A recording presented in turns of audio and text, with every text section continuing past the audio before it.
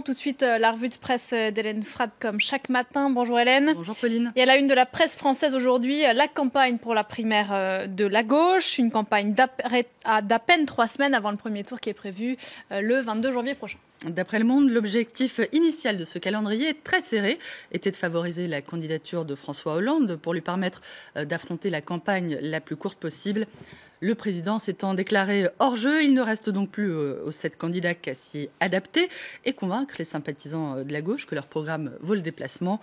Lutter à la fois contre le temps et l'indifférence, cette fois le PS joue sa survie, annonce Le Parisien, qui estime qu'une faible participation sera un coup très dur à encaisser pour les socialistes, dont aucun des 4 candidats, ni Arnaud Montebourg, ni Benoît Hamon, ni Manuel Valls, ni Vincent Peillon, n'apparaît comme le leader incontesté. La primaire, qui avait été le moteur de la victoire de François Hollande, ressemble de plus en plus à un piège en train de se refermer sur le PS, prévient le journal, qui estime que la comparaison avec celle de la droite, à laquelle ont participé, on le rappelle, près de 4,5 millions d'électeurs, risque de s'avérer cruelle. Pour sa primaire, la droite a eu une bonne surprise. Pour la sienne, la gauche en redoute une mauvaise, écrit Le Figaro, qui ironise: voter pour un possible président est plus motivant que voter pour un probable figurant. Le journal explique que le PS, qui n'est pas parvenu à rassembler des personnalités aussi diverses qu'Emmanuel Macron ou Jean-Luc Mélenchon, va devoir à la fois réveiller le noyau dur des militants socialistes, passablement abattus par le quinquennat hollandais, je cite, et récupérer les électeurs déjà partis chez Jean-Luc Mélenchon et Emmanuel Macron. Emmanuel Macron, lui qui a choisi, on le sait, de faire cavalier seul. Ni à gauche ni à droite, mais à contre-pied, telle est la méthode Macron, selon les Échos, qu'on sent charmé par ce candidat qui veut révolutionner la politique sans forcément révolutionner les politiques menées, je cite.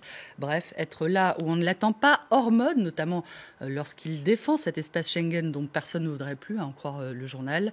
Mais quel espace Emmanuel Macron occupe-t-il vraiment s'il empiète sur les plates-bandes de la gauche? Le candidat est aussi accusé de marcher sur celle de la droite.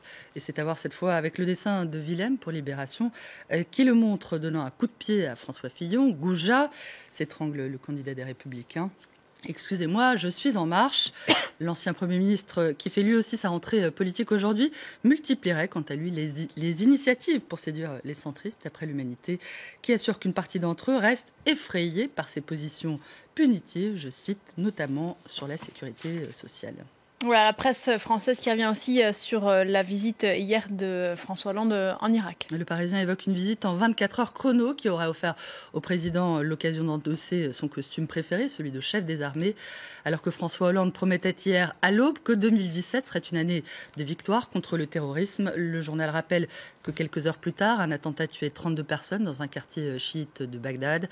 D'après l'Humanité, l'Irak et le Kurdistan irakien, où s'est également rendu François Hollande, sont aujourd'hui 2 rares points d'appui de la diplomatie française dans la région, où Paris entretient des relations houleuses avec l'Iran à cause de son attitude intransigeante, je cite, dans le dossier du nucléaire iranien, à un moment aussi où l'allié saoudien sera jugé de moins en moins recommandable en raison de ses crimes de guerre au Yémen, selon l'Humanité.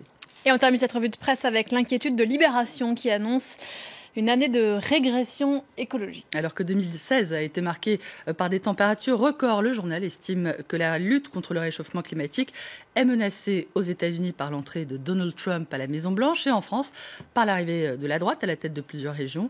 D'après Libé, ces régions passées à droite seraient en train de baisser les subventions des ONG environnementales. De mauvaises nouvelles donc pour les défenseurs de l'environnement, selon Libération, qui se rassurent en se disant que la prise de conscience, elle, est bien là, comme en attesterait l'accord de Paris conclu il y a un an. Ce n'est pas grand-chose, mais ça peut renverser des montagnes, veut croire le journal. Tandis que l'opinion se félicite de ce que non, Donald Trump ne pourra pas anéantir le bilan écologique de Barack Obama. Interrogé par le journal, le directeur d'une ONG américaine explique notamment que la transition énergétique aux États-Unis n'est pas morte dans la mesure où beaucoup d'États, de municipalités, de grosses entreprises ont pris des engagements ambitieux et vont, selon toute probabilité, poursuivre leurs efforts à leur niveau. Et il en sera question au Congrès américain qui fait sa rentrée politique aujourd'hui. Merci beaucoup Hélène, on vous retrouve tout à l'heure pour la revue de presse internationale. Nous on se retrouve juste après la pause et on reviendra sur l'enquête qui avance en Turquie, 48 heures après l'attentat de la Saint-Sylvestre à Istanbul. Les policiers auraient peut-être déjà identifié le tueur. Ils diffusent en tout cas la photo d'un homme qu'ils présentent comme le suspect, un homme qui est toujours en fuite à l'heure où l'on se parle. À tout de suite.